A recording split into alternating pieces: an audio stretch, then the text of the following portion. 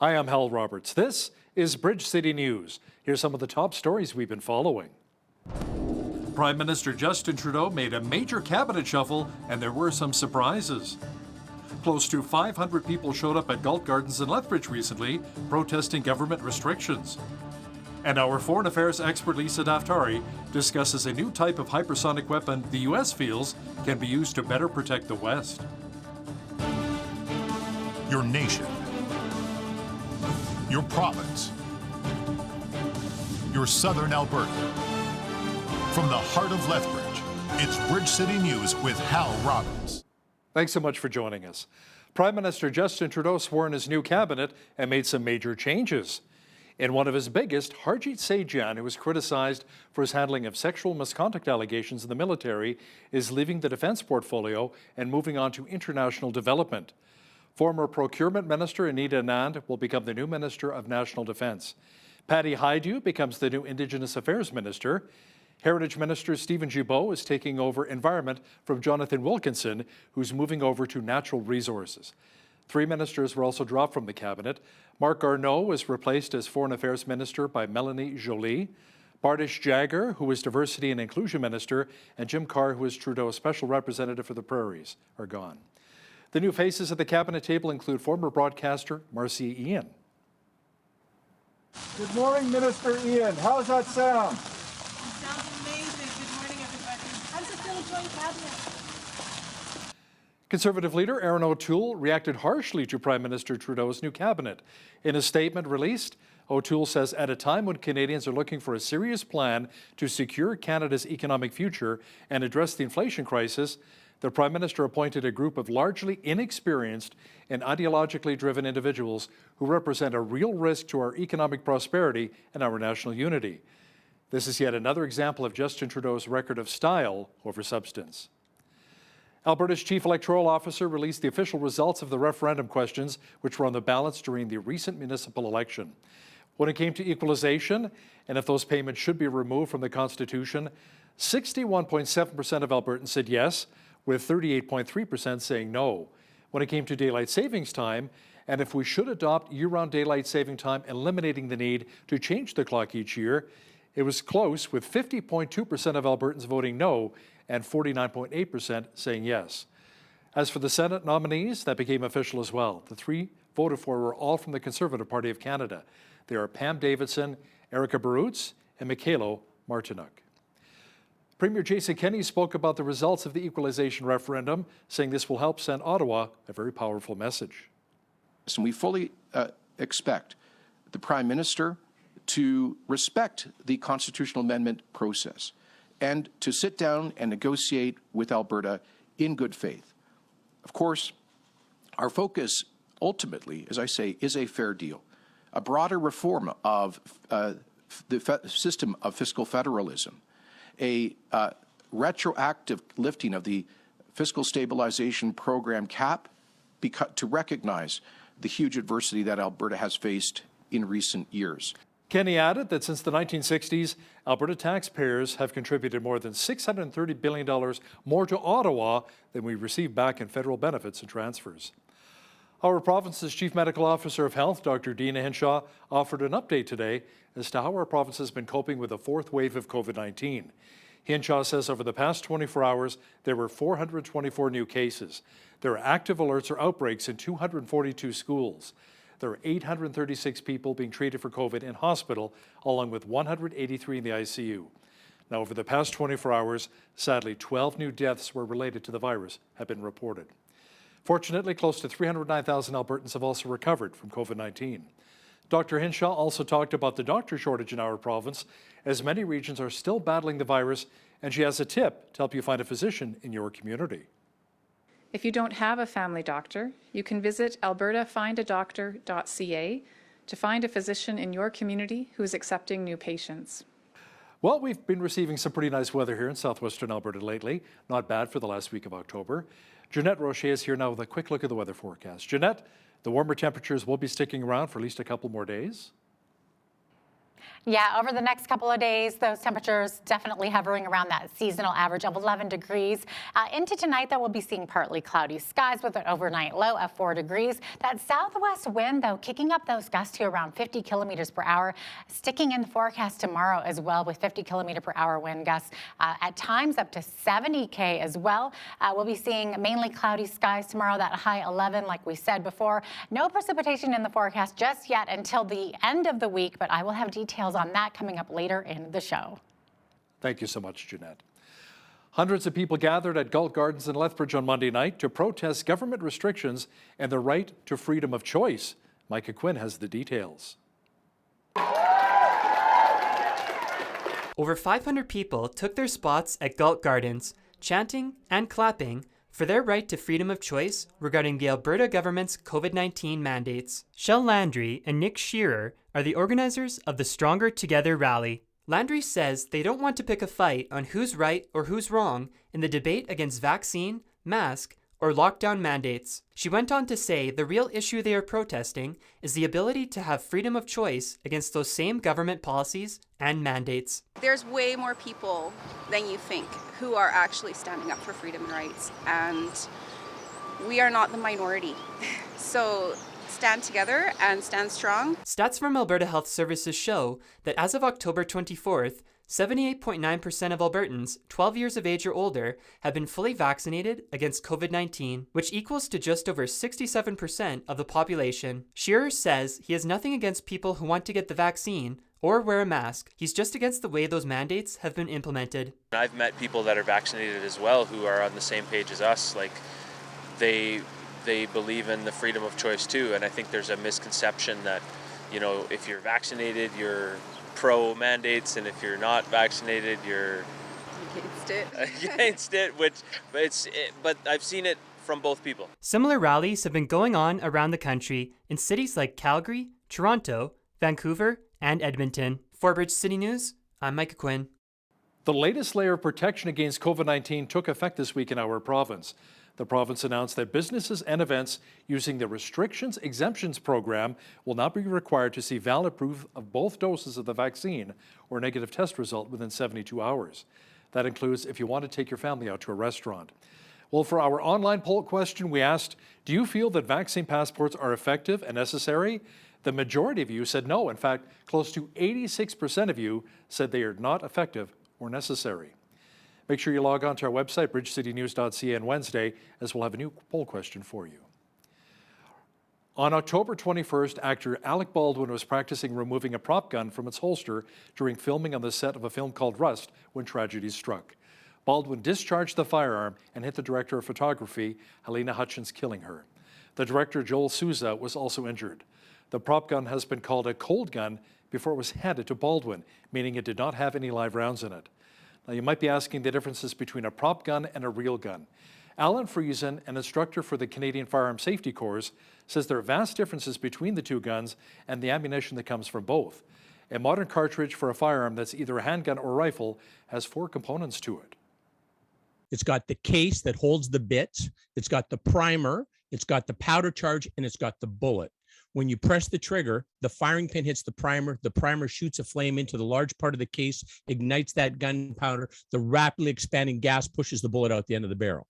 So for a prop gun, they have to make it look real. They have to have a bang. They have to have, a flame. They have to have those kind of things. So basically they'll take the powder out, they'll modify the case just so it holds the powder in it. Often they'll put like a piece of wax or something just to hold the powder in place.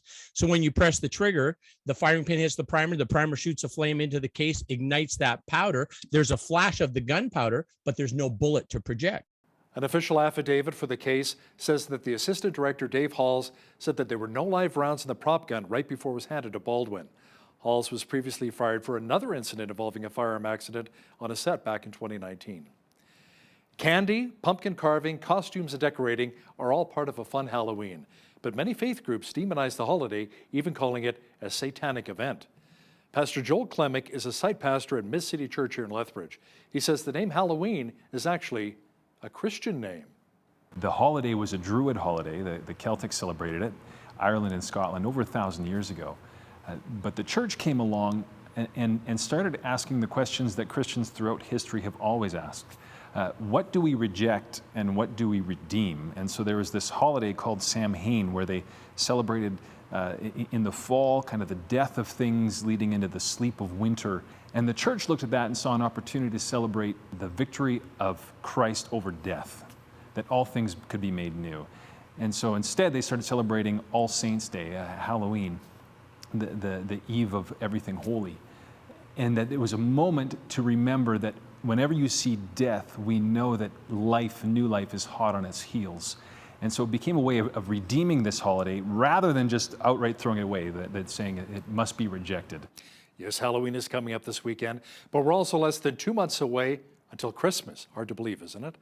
The busy holiday shopping season is about to ramp up, and if you're looking to support local businesses, the Downtown Lethbridge BRZ is bringing back its annual outdoor holiday market on November the 27th. The group is looking for local vendors to set up shop and to sell their goods. Last year's market saw around 500 customers come out. Marketing coordinator with the BRZ, Emily Chong, says the event is a way for people to get out and support local artisans through the busy holiday season. I think it was super important last year. Just I think people were itching to get out and do something, and we had such a good response, and so we thought let's do it again this year. And it's super important, I think, to have these opportunities. I know there's a ton of markets happening this year, but ours is unique in that it is outside, and I think that's such a cool and unique aspect that will really hopefully bring people to downtown Lethbridge. The outdoor holiday market takes place on November 27th from 11 a.m. till 3 p.m., located at 2nd Avenue South between 4th and 5th Street South. With the cooler temperatures arriving in southern Alberta, snow may be on the minds of many. Along with the white stuff comes skiing and snowboarding. As Carson Marsouk reports now, preparations are already underway for the upcoming skiing season. The snow has yet to fall in southern Alberta, but it won't be too long before people are back out on the slopes for another ski season. Last year was a busy season for both ski shops and resorts, with this year expected to remain the same. It's definitely been a lot busier.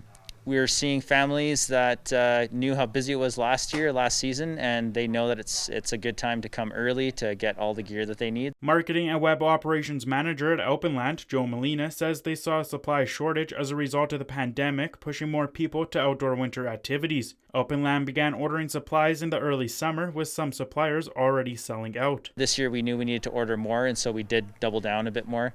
We're already starting to see stuff selling out though from our suppliers because people are catching on that it's going to be hard to get again this year. Over the summer, Castle Mountain Resort did a couple capital investment projects, including a new $1.5 million snowmaking infrastructure. Sales and marketing manager Cole Fawcett says there are a few things to be aware of when hitting the slopes this season, including the restrictions exemption program for the day lodge. That won't apply to, the ski hill itself.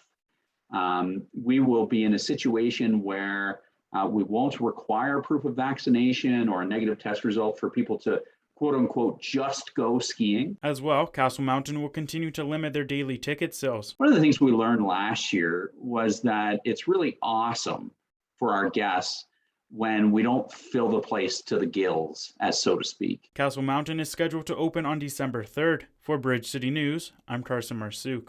You know, when I worked the 1988 Winter Olympics in Calgary many years ago, the thousands of volunteers who worked the Games helped make it a huge success.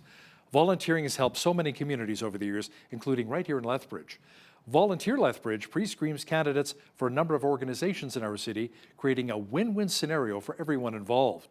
The group's executive director, Amanda Jensen, explains.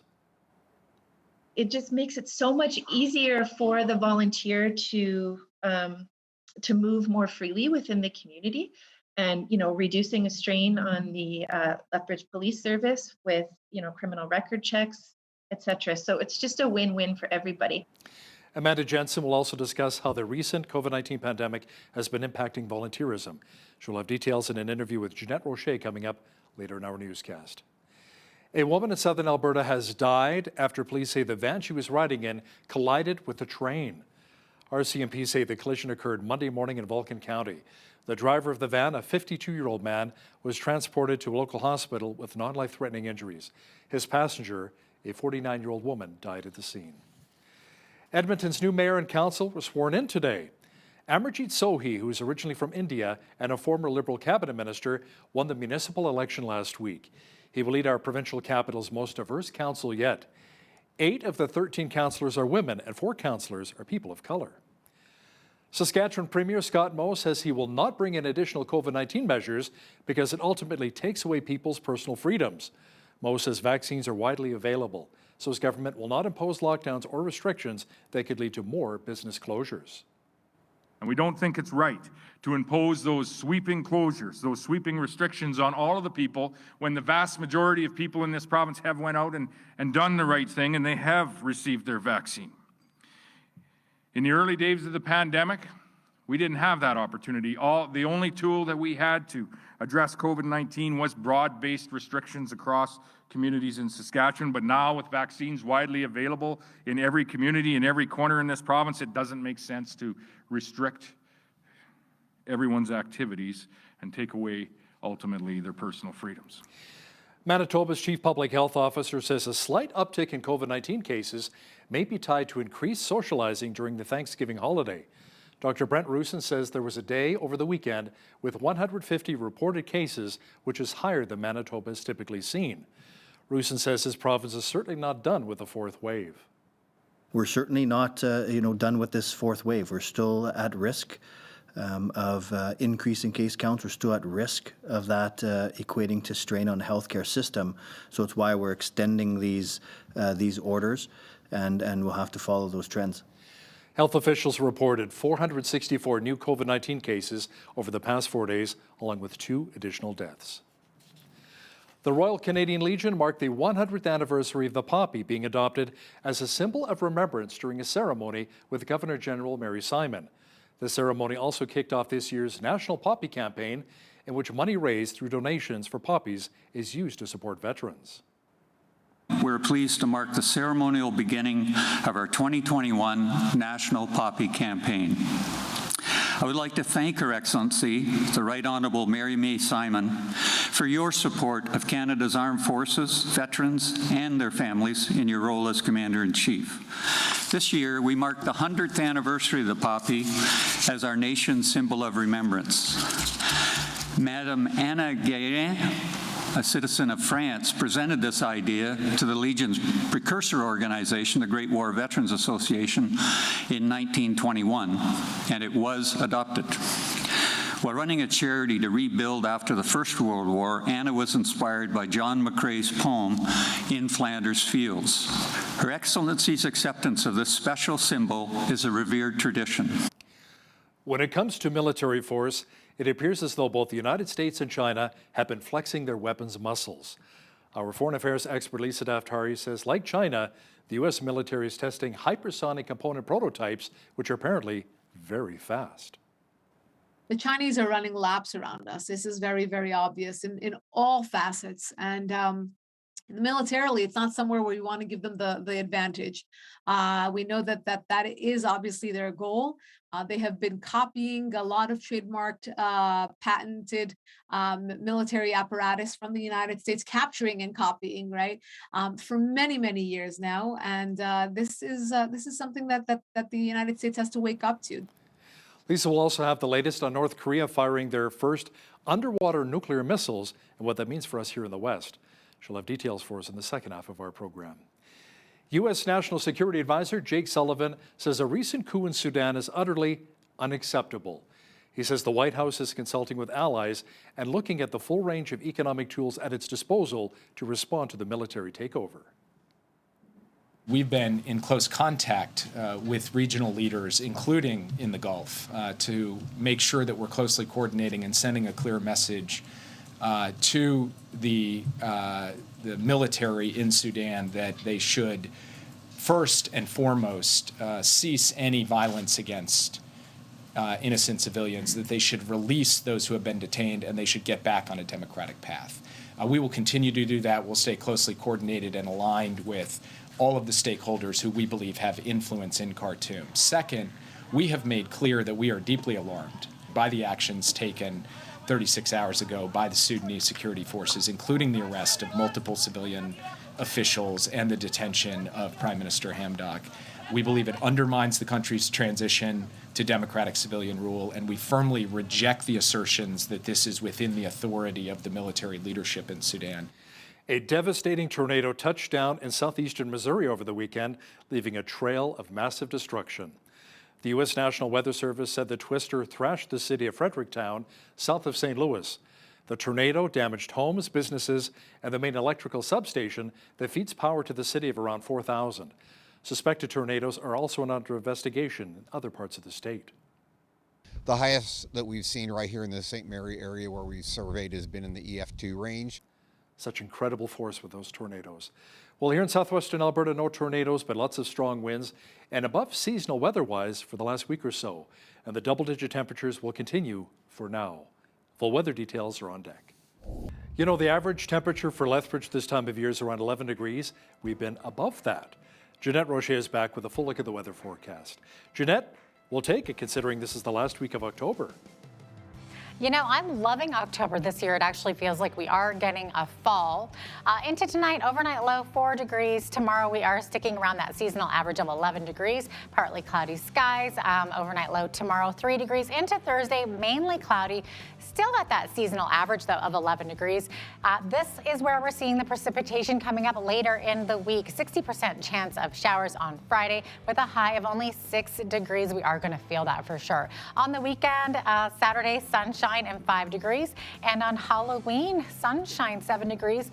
Overnight low of -4 though. Hopefully it won't be quite that chilly for our trick-or-treaters though. On Monday, sunshine and back up to 13. So look at that. We're taking a big dip in the forecast, going back up to our above seasonal average for next Monday, back in the teens. Loving it, by the way, next Monday, already November 1st. So going to be having those November forecasts soon enough. High of average high for this time of year, 11 degrees, average low -2. 26 was where we were at back in 1944. Nice hot day then. But look at that. Back in 1939, we were at a freezing -22. 8:11 is when the sun rose this morning. Seeing that happening later and later. 6:20 is when the sun is setting this evening. So just a little over 10 hours of daylight. Over on the coast tomorrow, we are looking at some showers. High of 12 degrees in Victoria, 12 also in Vancouver. 11 the high in Edmonton tomorrow. Could see a chance of showers, 20 to 40 K winds.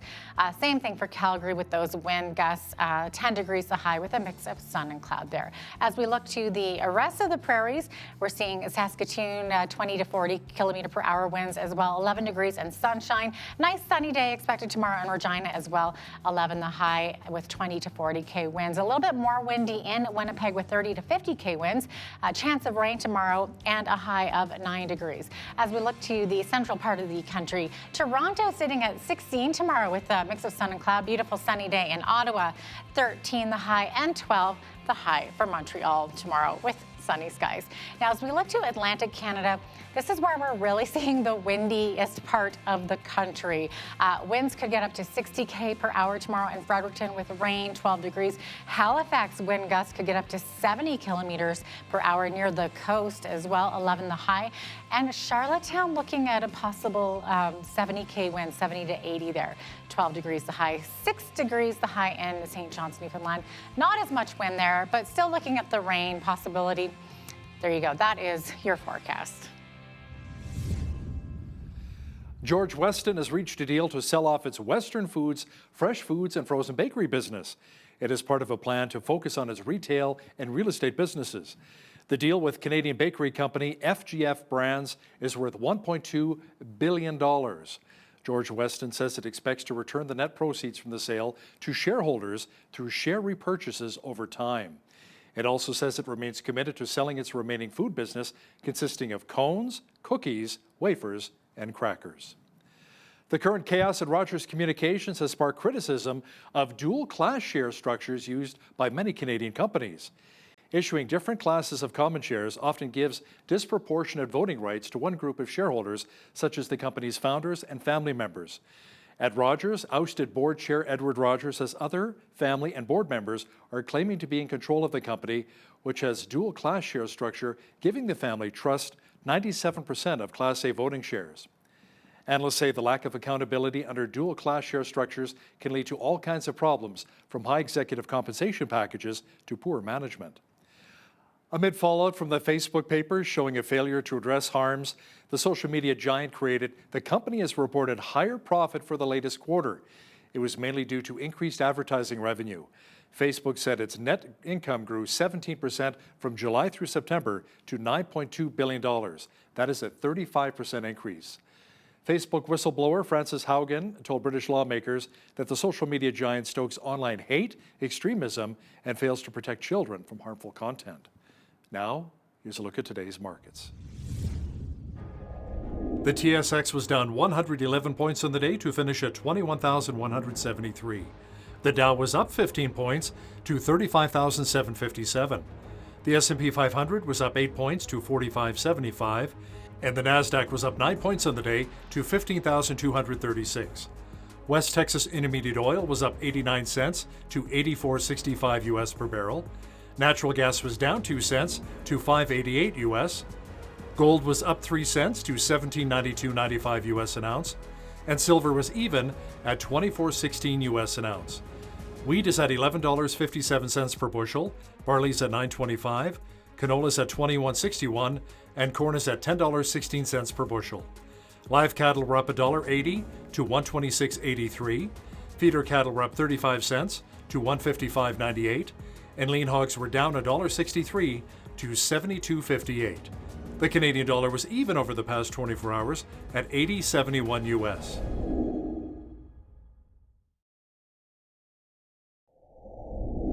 Recapping one of our top stories this hour, Prime Minister Justin Trudeau swore in his new cabinet and made some major moves.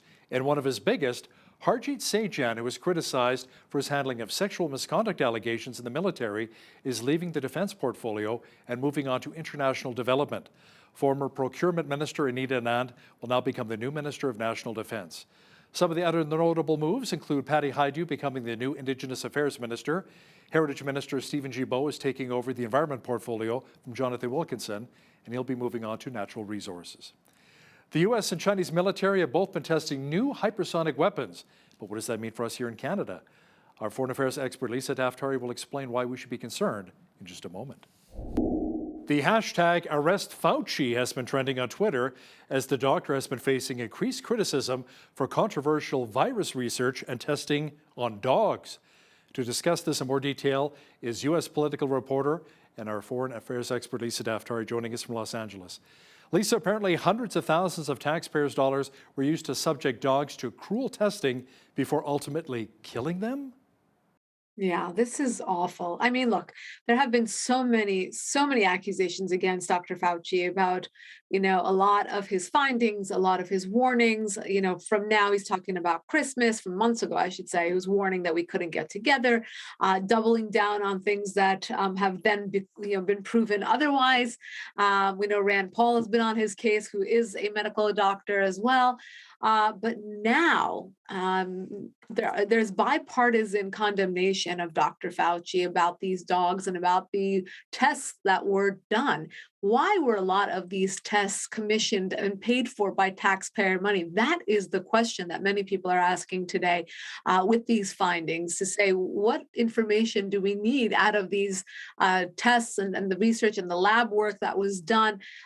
Cruelty against animals, 1, 2, taxpayer money in foreign labs to prove what? What information are they looking for and what are they attempting to do? So a lot of questions. And fortunately, for once, and during this COVID pandemic, we have bipartisan support for something. The fact that this was very cruel, very wrong, and that we have a lot of questions for Dr. Fauci and his team, and as to why he is still the highest paid public servant here in the United States.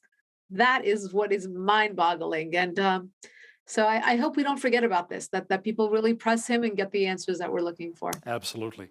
Lisa, the U.S. military has been testing hypersonic component prototypes on Wednesday that'll inform the new development of new weapons. Now, Lisa, the Pentagon says the 3 tests were very successful. The tests occurred the same day that your president, Joe Biden, said he was concerned about Chinese hypersonic weapons. First of all, can you explain to our viewers what hypersonic weapons really are? hypersonic weapons, exactly what it sounds like, hypersonic. This is faster than, or as fast as sound. That is the definition of these weapons that travel at ultimate speed, over 3,000 miles per hour.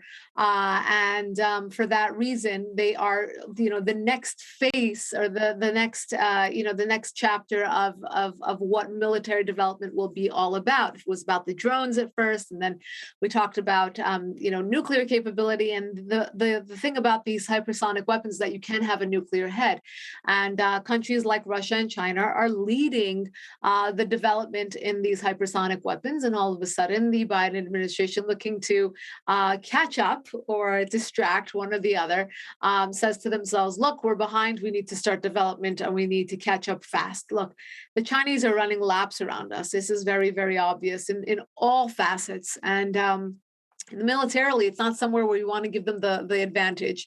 We know that is obviously their goal. They have been copying a lot of trademarked, patented military apparatus from the United States, capturing and copying, right, for many, many years now. And this is something that the United States has to wake up to. Diplomacy and talking nice is not going to get us anywhere when we see that the Chinese, the Russians, the North Koreans, the Iranian regime are running laps around us, flexing their muscles, and most importantly, developing their military capability. Now, speaking of North Korea, Lisa, a senior U.S. diplomat is urging North Korea to refrain from additional missile tests and to resume nuclear diplomacy just days after the North Koreans fired off its first underwater launched nuclear missile in 2 years. Negotiations for a new nuclear deal between Washington and Pyongyang remain stalled. Yeah, stop. Do you hear the prompt for that? It was just funny to hear, right? How it's like they're asking them nicely to come back to what they call nuclear diplomacy. This is a joke. It's a joke when you talk to a rogue regime who is, marching forward with their capabilities. Not only that, but they're chest thumping. Chest thumping signals one thing. They're not looking to come back and play nice and have tea with you. They're looking to beef up their assets. They're looking to be that one, isolated nuclear power in the region, and they're not looking to play nice. And it seems like this administration has not gotten the memo. What the Obama foreign policy was so damaging to the United States. Love him or hate him, the foreign policy was abysmal. And abysmal because of that apologetic tone, because of that appeasement, because of that pretty please play nice with us. I mean, it didn't help us with any of our enemies. And if anything, it only hurt us and it made us look weaker on the international stage. And now our enemies know that this is the same, continuation of the Obama presidency, Joe Biden and his administration. A lot of the same people who are serving in office, but not only that, it's the same philosophy, and that being pretty please come back to nuclear diplomacy and stop playing so tough. We love you, we want to work things out with you, and again, allowing them to play out the clock and do their nefarious activities. A San Jose, California woman who was a travel blogger was one of 2 foreign tourists killed in an apparent crossfire of a drug gang shootout in Mexico's Caribbean coast resort of Tulum. Tell me more about that. Yeah, it's interesting because when you talk about Tulum in this country, or I should say, when you talk about Mexico from the United States, particularly where I live in Southern California, Mexico is, a place you go to relax, and you take trips, and you go and you have their sunshine, right, and beaches. And you talk about Tulum and Puerto Vallarta and Cancun and Cabo. And then there's the other Mexico, right, where there are, drug gangs and, people that are missing and journalists that are killed because of their reporting, or police officers that are killed because they are stopping the drug, the drug gangs and things like that. But here we have the 2 crossing, meaning Tulum, which is a beautiful resort town where people go, to relax and to enjoy the resorts there. It's actually a very, very luxurious place.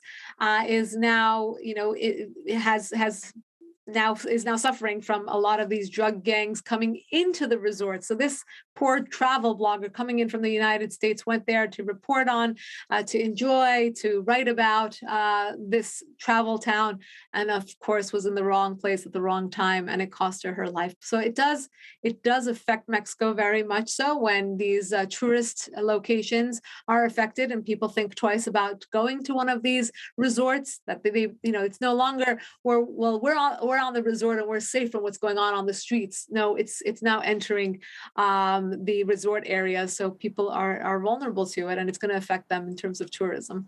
Lisa, Iran's Supreme Leader Ali Khamenei said Arab nations that normalized ties with Israel last year have sinned and should reverse the moves. That includes countries like Bahrain, Sudan, and the United Arab Emirates, who normalized ties with Israel in 2020.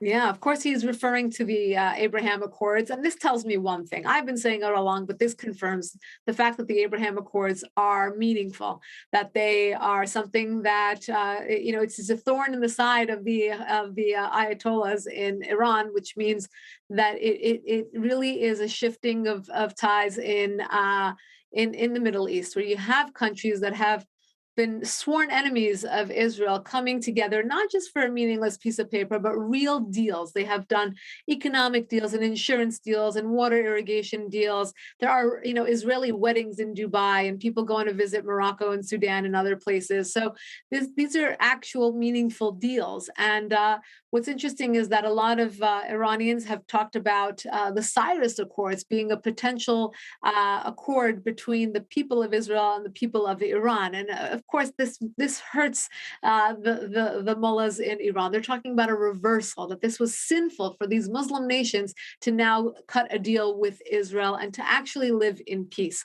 What we see, where our vision is of the Middle East, is more of the Abraham Accords. And this is not the vision that the Iranian regime has, of course. They want Israel to be off the map. They want Muslim nations to fold under their version of Islam, Shiite Islam. And this just tells me that the Abraham Accords are a good thing, and we should continue, or the U.S. administration should continue trying to broker more deals between Arab nations and the country of Israel.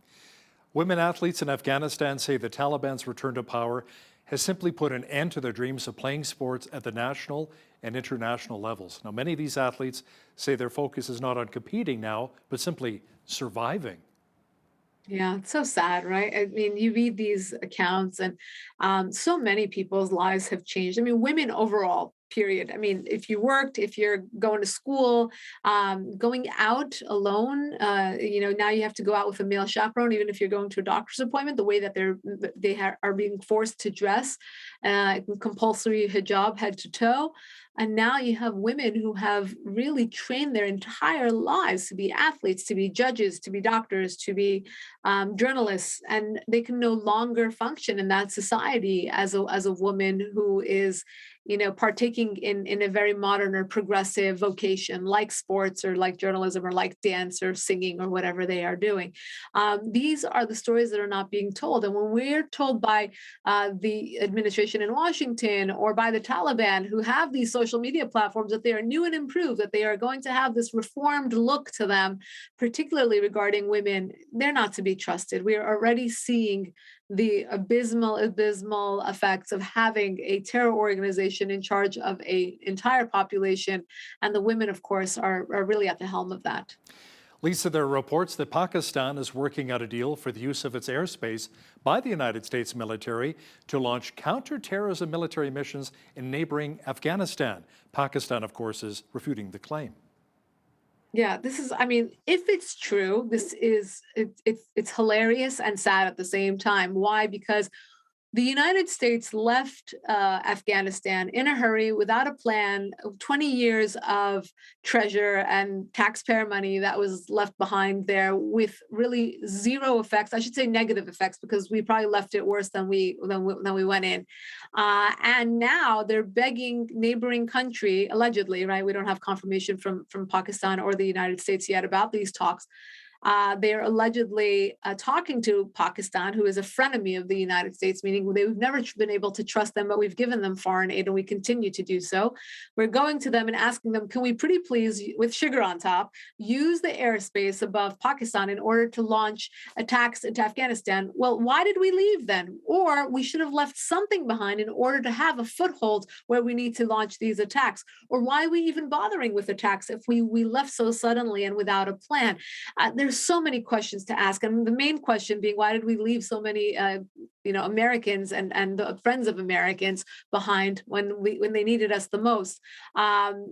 So many questions as to how this happened, but for them to allegedly be talking to Pakistan in order to get airspace, in order to still be involved in the war on the ground in Afghanistan is laughable. It really is. Authorities in Myanmar have rearrested around 110 political prisoners who were freed earlier this week. Lisa, some were rearrested with just after a few hours of their release. What happened there? Yeah, so a lot of these the people who were arrested say that this was just for show, that the junta, the group that is in charge there is really so brutal, and they were under so much scrutiny that for a few hours they let everyone go to make it appear, to give off the facade that they are releasing everyone, and then within a few hours they rounded everyone up again. From the beginning of this coup, which was 9 or 10 months ago approximately, there have been thousands of arrests, and their goal is to silence and suppress the opposition. It's going to be very difficult to do so. And so when they say they release, they're going to round them up again, because every single one of those opposition members who's out on the streets is a threat to them and to their rule. So they don't want these voices out there. And thankfully, we still have a kind of an ability to see what's going on in the country, and an ability to interview these individuals who can tell us what's going on. But I wouldn't be surprised if that country goes dark, meaning we won't be able to have access to them or what's going on, and not have access to these stories and what's going on with these individuals who are getting arrested. Foreign affairs expert and one of our regular contributors, Lisa Daftari, thanks again for joining us from Los Angeles. My pleasure. When there's work to be done and not enough budget to hire workers, what do? Well, we hope to get some volunteers, naturally. Volunteers make a world of difference to so many people in different situations. Joining us to discuss this further is Amanda Jensen, Executive Director of Volunteer Lethbridge. Welcome to the show, Amanda. So great to have you on with us today. Thank you. I'm glad to be here. Thank you. So first of all, can you maybe tell us a little bit about Volunteer Lethbridge? Absolutely. Volunteer Lethbridge, we're celebrating our 40th anniversary this year. So we've been in the community for quite some time, and we do some things that you would naturally expect me to say. So it's our mandate, it's our vision and mission to connect volunteers to volunteer opportunities in the community, which really strengthens the fabric of a community when you have that involvement and engagement. And like you said, it also supports the nonprofit organizations who rely on volunteers to accomplish their missions. But we also do some things that maybe aren't so well known. So another thing that another part of our mission is to support nonprofit organizations in achieving their mission, and we call that, capacity building. So we offer training, we offer supports around volunteerism, but also around other aspects of nonprofit management, so that we can engage and support and help grow our nonprofit organizations within our community.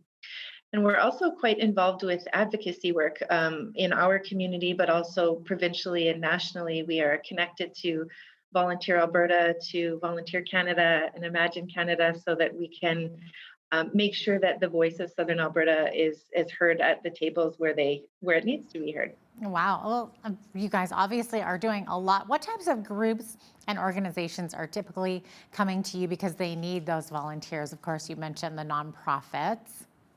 Mm-hmm.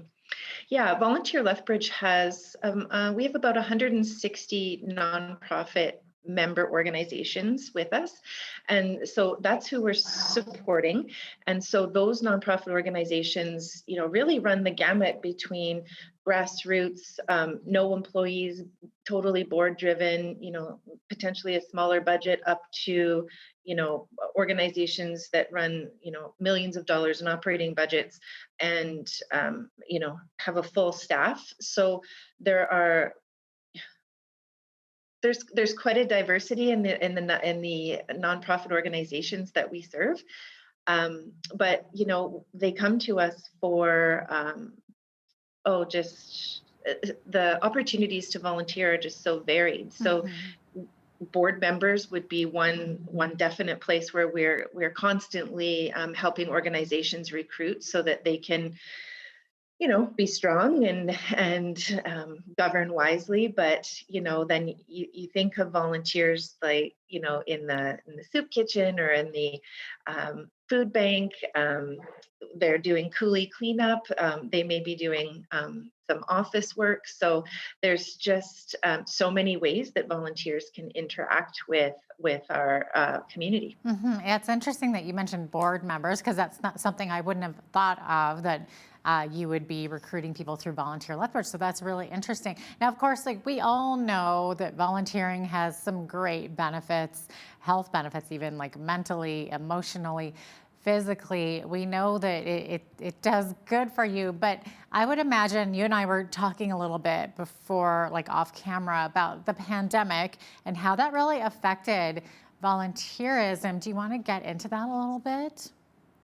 Sure. Yeah. I mean, yes, what we were talking about, the older adult population specifically, really hit hard by the pandemic, as we know, in so many ways. But when we're talking about volunteerism, seniors are the largest cohort of volunteers that we have in our community and in most communities.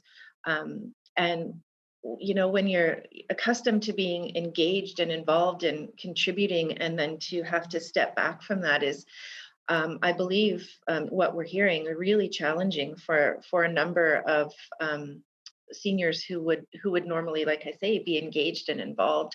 So it was sort of a double whammy for some of our community members. We were also talking about loneliness and isolation, and how, I mean, truly, that's an ongoing problem. It's been a problem for, I wouldn't even guess how long, but it's not a new problem, but certainly was made worse by the pandemic. And so one thing that Volunteer Lethbridge did to try to alleviate some of those feelings of loneliness and isolation is to start the Keep in Touch program, whereby it's a volunteer calling program, as you might well imagine, and volunteers would call their match or their friend, or however you want to refer to it, once or twice a week, and really for a phone call and for that touch with the outside world, and just have a nice conversation. But what we also found is that the loneliness and isolation was so deep for some that they really needed connections to outside sources, whether it be food security or housing security, or mental health issues, etc. So we have become a bit of a referral source for some of those participants in our programs. So what it also did was allowed those seniors who were accustomed to volunteering to volunteer in a safe way from their own home, and still be able to have that connection to service and the benefits of volunteering. So yeah, the feedback that we've had from the seniors themselves, for some it's a nice to have. It brightens their day.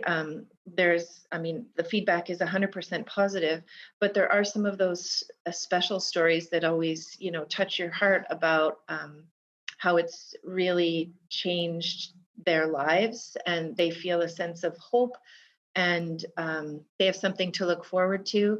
I know one senior recently told us that her week doesn't start until she talks to that volunteer. So whether that's Monday or Tuesday or Wednesday or whatever day it is, like that's when she feels like her week begins. And so sometimes we just don't realize what an impact volunteerism makes.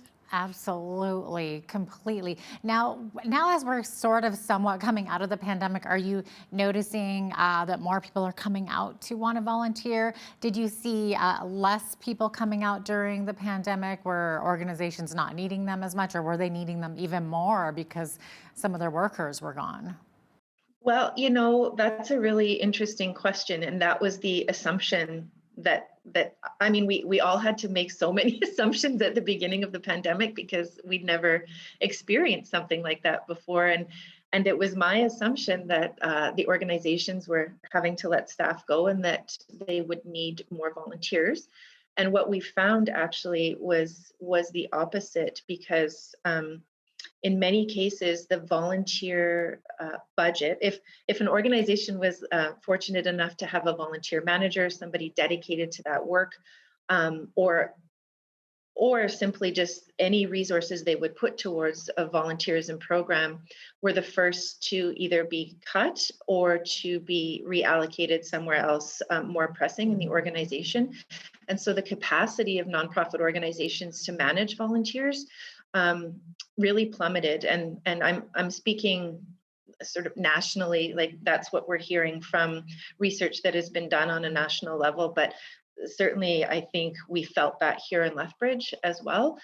So volunteerism, the opportunities really plummeted, and of course, the fear of that interaction that people had during the pandemic and may still be feeling certainly kept people from reaching out to serve. And so now, as you say, as we're starting to come out of it, we are seeing a great uptick in the number of volunteer opportunities available, and certainly more people returning to some semblance of normal life. And for many people, normal life involves volunteerism, thank goodness. Yeah, absolutely. Now, Amanda, I noticed on your website, it makes mention of how volunteering can be a helpful thing for new immigrants to Canada as well. This is something maybe we don't think about, but it makes sense. The research proves it out that it's a fantastic way for new Canadians to learn about their new community. Potentially, if they're learning English, it's a great non-threatening or less threatening way to learn the language and feel comfortable to meet new people. So, but when we talk about volunteerism, like you say, sometimes we spoke a little bit about board service, that we're really trying to, that's an area that Volunteer Lethbridge is looking to move into, is encouraging more new Canadians to be board members. Board leadership, board service is a great leadership training opportunity, and will often lead to other leadership opportunities and ways to connect with community. So for instance, if you have a local council person, for instance, they likely had learning opportunities that may have involved board service before taking on, that, somewhat larger leadership role. And so the more diverse and inclusive that we can make our nonprofit boards, we're building leadership capacity in our community, which is really powerful. So you'll see some new programming over the next 6 months, even to encourage new Canadians to become involved, but also then to work with nonprofit organizations to be inclusive and to know what it means to be inclusive and equitable. And many of us think of ourselves in that way, but we may not know how to, put our money where our mouth is, so to speak, when, we might not know what our biases are, or just how to welcome new people into our fold. So, Amanda, can you maybe explain how someone considering volunteering could maybe get started? What's the process? Well, connect with Volunteer Lethbridge. So that's hit our website, volunteerlethbridge.com. You could also give us a call if speaking to somebody is more preferable. But if you just want to get an idea of what volunteer opportunities there are, checking out the website is a great place to start. Then you can start picturing yourself in some of those roles, and narrowing down what you might want to do. And when it's time to get serious, when somebody is ready to actually begin, there's a volunteer application form on our website, and that just puts the volunteers into our system so that we can communicate effectively about new opportunities that might be coming up if that is desired, and just keep in touch. So so I would say that's a really good way or a good place to start.